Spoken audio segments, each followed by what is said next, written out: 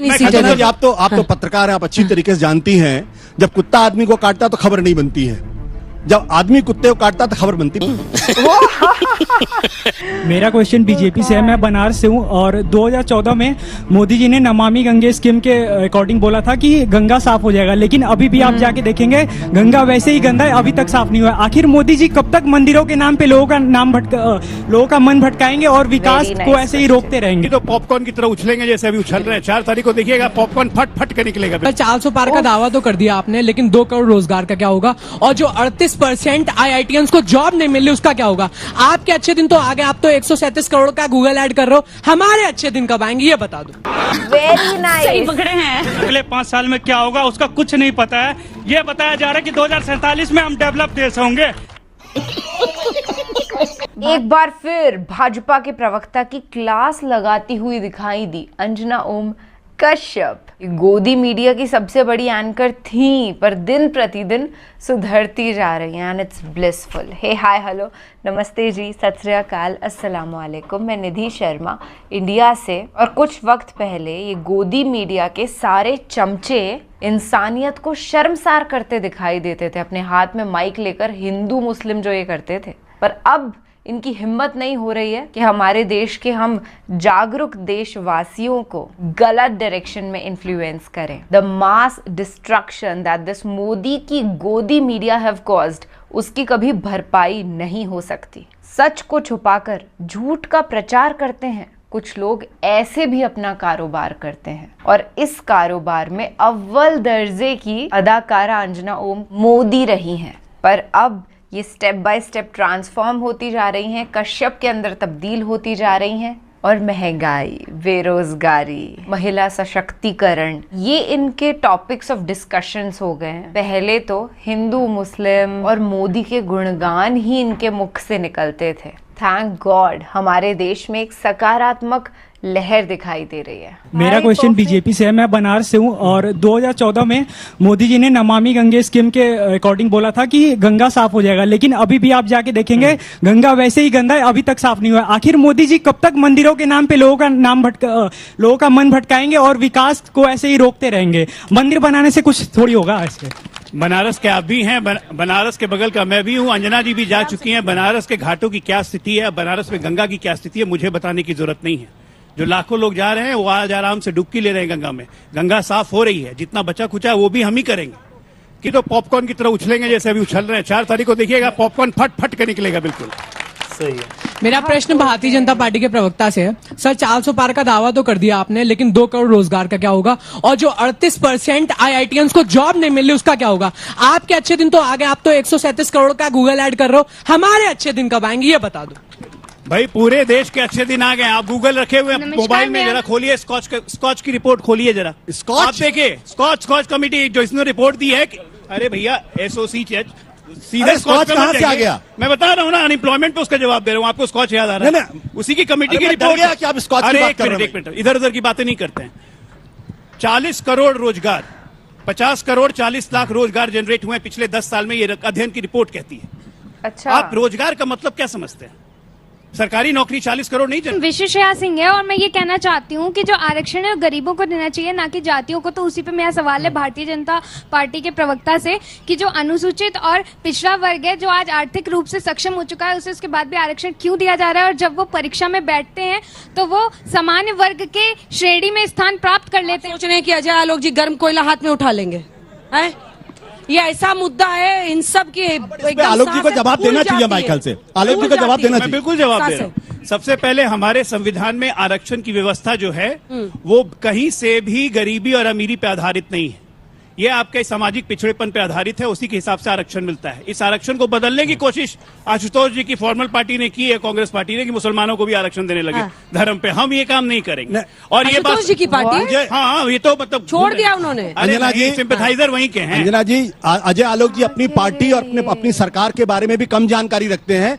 जिस संविधान ने कहा था कि आप आर्थिक आधार पर आरक्षण नहीं देंगे, उन्हीं प्रधानमंत्री EWS हमने ने दिया। आर्थिक आधार पर आरक्षण दिया है। आप कितना संविधान को मानते हैं? आप अच्छी तरीके से समझ लीजिए। हमने 10% दिया। मेरा अच्छी नाम तरीके से रूपाली समझ शर्मा है। लीजिए। मेरा सवाल कांग्रेस पार्टी से है। कांग्रेस पार्टी कहती है कि हम मोहब्बत की दुकान खोलते हैं, तो ये मोहब्बत की दुकान जब क्यों नहीं खोली जब आप सत्ता में थे? और अब जब प्रधानमंत्री नरेंद्र मोदी ने मोहब्बत की दुकान खोल दी तो फिर 400 पार के नारे से आप घबरा क्यों जाते हैं?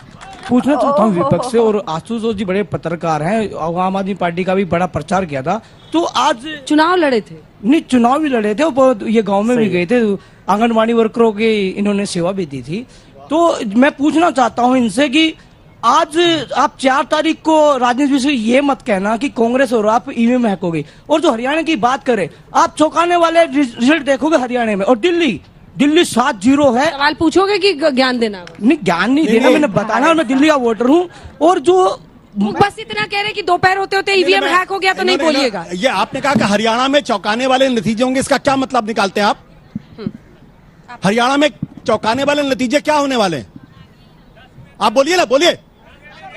अरे उनको डांट काहे रहे 10 पे 10 गठबंधन। चलिए अगला सवाल।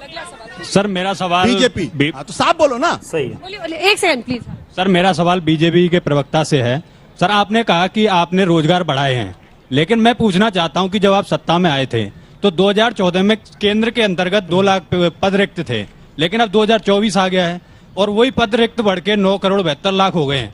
तो वो सरकारी पद आप भर क्यों नहीं रहे? आपने सबसे बड़ी समस्या आपकी ये है कि महंगाई, बेरोजगारी। को ये नंबर कहाँ से मिला कि 9 करोड़ 72 लाख सरकारी? 9 लाख 72 हजार पद अभी भी रिक्त हैं।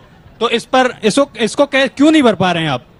ऐसा बिल्कुल नहीं है कि हम भर नहीं पा रहे हैं। करने आए। मेरा सवाल अजय सर से है। अजय सर, पहली बार मैं ऐसा देख रहा हूँ कि विपक्ष की घोषणा पत्र की ज्यादा चर्चा हो रही है, लेकिन बीजेपी वालों की घोषणा पत्र में क्या लिखा हुआ है, अगले 5 साल में क्या होगा, उसका कुछ नहीं पता है। ये बताया जा रहा है कि 2047 में हम डेवलप देश होंगे, अगले 5 साल में हम क्या करेंगे वो बता दीजिए। 4 करोड़ घर बना के दे चुके हैं और 3 करोड़ घर और बना के देंगे अगले 5 साल में। मोदी जी कहते हैं ये मेरी गारंटी है, तो गारंटी है। अगर हम एक करके अगर हम तमाम चीज विश्व स्तरीय इंफ्रास्ट्रक्चर की बात करते हैं, अगर हम कहते हैं कि तीसरी अर्थव्यवस्था हम इस बार बन के रहेंगे, तो ये मोदी जी की गारंटी है। छोटा सा मिला पकड़े एकदम। मैं कह रहा हूं ऐसे लोग कभी सत्ता में आएंगे ही नहीं, तो उससे फर्क क्या पड़ता है? मेरा नाम अनुराधा कश्यप है। मेरा सवाल बीजेपी पार्टी के प्रवक्ता से है कि आप एक तरफ तो आप हिंदुत्व की बात करते हैं, वहीं दूसरी तरफ आप बीफ कंपनी से चंदा क्यों लेते हैं? आज की तारीख में नहीं, बहुत अच्छा सवाल है। आज की तारीख में कोई पॉलिटिकल पार्टी चंदा नहीं लेती है, चंदा दिया जाता है। अब कौन हमें चंदा दे रहा है, वो बीफ बेच रहा है कि क्या कर रहा है, ये तो हमारी जानकारी में नहीं है। चंदा दिया, अकाउंट में आया, पार्टी के अकाउंट में रिफ्लेक्ट करता है। एकदम इतना अच्छा लग रहा था सर, सुनने में लग रहा था कि अब कुछ देर में एक नंबर आप रिवील करने वाले हैं। आशुतोष जी, अब आप माइक उठाइए। आपको क्या समझ में आ रहा है, एक पॉलिटिकल एनालिस्ट के तौर पर क्या स्थिति दिखाई दे रही है? नहीं, मैं ना तो प्रदीप जी की तरीके से और ना ही संजय जी की तरह सेफोलॉजिस्ट में नहीं हूं। हाँ। और इसलिए मैं कोई प्रेडिक्शन भी नहीं करूंगा। लेकिन मैं 2-3 चीजें बड़े आराम से इस वक्त जो देखने की कोशिश कर रहा हूं। मैं संजय जी की इस बात से पूरी तरीके से सहमत हूं कि 2014 में जिस तरीके से एक वेव आपको दिखाई पड़ रही थी, एक राष्ट्रीय नैरेटिव, नेशनल नैरेटिव दिखाई पड़ रहा था कि भाई कांग्रेस के खिलाफ लोगों के अंदर गुस्सा था। वो 2019 में आप देखिए बालाकोट का मसला था, पाकिस्तान को घुसकर मारने वाली बात थी। 2024 के चुनाव में वो पूरी तरीके से गायब है। और यह भारतीय जनता पार्टी की सबसे बड़ी नाकामी है कि, और नरेंद्र मोदी जी की सबसे बड़ी काबिलियत इसी में थी कि वो हर चुनाव में हर समय कोई ना कोई नेशनल नैरेटिव लेकर आते थे। और मुझे लगता है कि उनकी सबसे बड़ी गलती वो हुई जब उन्होंने 22 जून को प्रतिष्ठा के बाद ये माना कि अब तो इसकी एक लहर चलेगी और उसके बाद पूरा विपक्ष पूरी तरीके से साफ हो जाएगा। और उस चक्कर में नीतीश कुमार जी भी पटना में इधर से उधर पलटी मार के चले गए। मार्च के बाद से अगर आप बदलाव देखिए तो मार्च के बाद से बिल्कुल स्पष्ट बदलाव है। उसके बाद से अगर आप नजर डालें तो 3 चीजें बहुत स्पष्ट तौर पर हो रही। एक, अपोजिशन यूनिटी इंडेक्स आज की तारीख में 2014-2019 की तुलना में बहुत ज्यादा है। दूसरा, ग्राउंड लेवल पे मुझे इस बात की बिल्कुल उम्मीद नहीं थी कि विपक्षी पार्टियों के बीच में, रीजनल पार्टियों के बीच में अच्छा कोऑर्डिनेशन होगा। वो अच्छा कोऑर्डिनेशन है। सीट डिस्ट्रीब्यूशन को लेकर दिक्कतें आई, लेकिन वो आप उसका कहीं नजर नहीं आ रहा है। और कम से कम 4 ऐसे स्टेट है जहां भारतीय जनता पार्टी को बहुत निराशा का सामना करना पड़ सकता है। एक उत्तर प्रदेश, दूसरा हरियाणा, तीसरा राजस्थान और चौथा कर्नाटक। मैं इसमें जानबूझकर महाराष्ट्र और बिहार का जिक्र नहीं करना चाहता क्योंकि बहुत प्रेडिक्टेबल लाइंस पे वहां पे है। लेकिन इन चारों राज्यों के अंदर भारतीय जनता पार्टी को अगर सीटों का नुकसान हो रहा है, जैसा कि मैं मानता हूं, तो इनको कहीं और से गेन होता हुआ दिखाई नहीं पड़ रहा। हाँ, पश्चिम बंगाल के अंदर वो गेन कर सकते हैं, उड़ीसा के अंदर भी गेन कर सके, इतना ज्यादा गेन नहीं कर सकते हैं। तेलंगाना भी वो मान रहे हैं कि गेन करेंगे, तेलंगाना, ओडिशा और वेस्ट बंगाल। तेलंगाना में आप पिछली बार 4 सीटें थी, कांग्रेस के पास 3 सीटें थी, आज वहां कांग्रेस पार्टी की सरकार है, तो 4 से बढ़ के आप 6 हो जाएंगे, 4 से बढ़ के आप 16 नहीं हो रहे ना। या अगर आप 17 सीटें हैं, वो कह रहे हैं 10 के आसपास जीतेंगे। उनकी बात पर आप जवाब दीजिए। देखिए, मैं आशुतोष जी की इस बात से सहमत नहीं हूं कहीं से भी कि कोई वेव नहीं दिख रहा है, कोई ये नहीं दिख रहा है। सबसे बड़ी दिक्कत क्या है कि आज चाहे राजनीतिक विश्लेषक हो चाहे विरोधी हो, हमारी ही सीटों की गणना कर रहे हो। आपका क्या हाल है जनाब अली, अपना तो बताइए। 100 भी नहीं वो मांग रहे हैं ये लोग। ये कहते हैं कि कांग्रेस को 75 आ जाएगी तब बीजेपी 300 के नीचे आएगी। ये कौन सा लॉजिक है भाई? आप अपना देखिए ना। हम तो आज भी कह रहे हैं हाँ। कि 350 इस पर वो बोलना चाह रहे हैं कांग्रेस को कितनी सीटें दें। आप तो पत्रकार हैं, आप अच्छी तरीके से जानती हैं, जब कुत्ता आदमी को काटता तो खबर नहीं बनती है, जब आदमी कुत्ते को काटता तो खबर बनती। भारतीय जनता पार्टी आज 325 के ऊपर की सीटें उसके पास हैं। अगर वो सीटें लूज कर रही हैं तो ये सबसे बड़ी खबर है भाई। कांग्रेस पार्टी ऑलरेडी 50-55 पे थी। कांग्रेस पार्टी पे अगर 2 सीटें घट भी जाती हैं, 2 सीटें बढ़ जाती हैं, कोई वो खबर नहीं। खबर तो यह है कि नरेंद्र मोदी जैसे नेता के बावजूद, अमित शाह जैसे चाणक्य के बावजूद, अगर भारतीय जनता पार्टी की सीटें घटती हुई दिखाई पड़ रही हैं तो चर्चा उसी पे होगी और हर प्लेटफॉर्म पे चर्चा होगी और हर आदमी उसी की बात करेगा।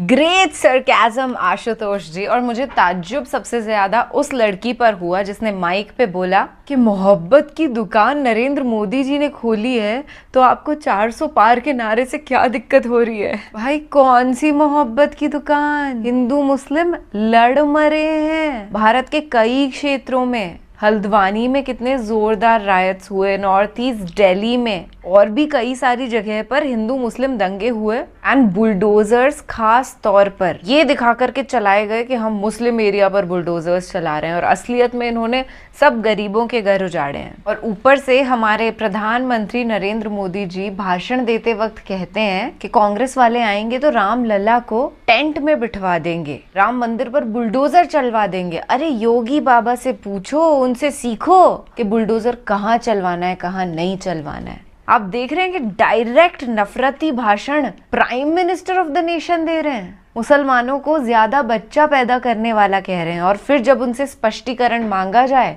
तो कहते हैं मैंने तो गरीबों को कहा था। यानी कि जो हमारे गरीब भाई बहन हैं उनको मोदी जी ज्यादा बच्चे पैदा करने वाले घुसपैठिए कह रहे थे। How shameful man, he does not have sense के बोलना कैसे, एकदम सड़क छाप भाषा जिसको कहते हैं ना, वो मोदी जी इस्तेमाल करते हैं। 2-4 दिन पहले तो उनका वो स्पीच कितना वायरल हुआ जिसमें उन्होंने मुजरे का जिक्र किया कि इनको अपना वोट बैंक स्ट्रांग करना है तो करें, इनको मुजरा करने दो। भाई तहजीब, अदब, लिहाज, तमीज कुछ होता है कि नहीं होता है? खैर घनघोर वाले अंधभक्त तो फिर भी नहीं समझेंगे। आज का वक्त वो है कि अंधभक्त भी जागरूक होते जा रहे हैं। वो भाजपा की पट्टी उनकी आंखों पे से हटती जा रही है। रियली विश 4 जून बीजेपी 0।